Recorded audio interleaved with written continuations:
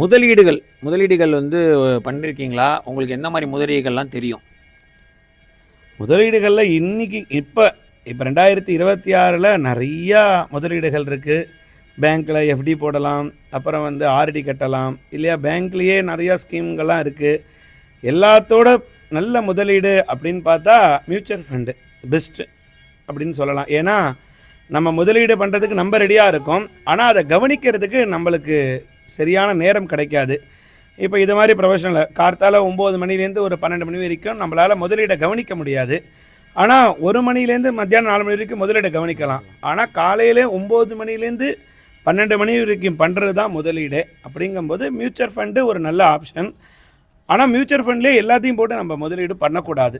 முதல் விஷயம், அங்கங்கே கொஞ்சம் கொஞ்சம் பிரித்து வச்சுட்டா கோல்டில் பாதி, மியூச்சுவல் ஃபண்டில் பாதி.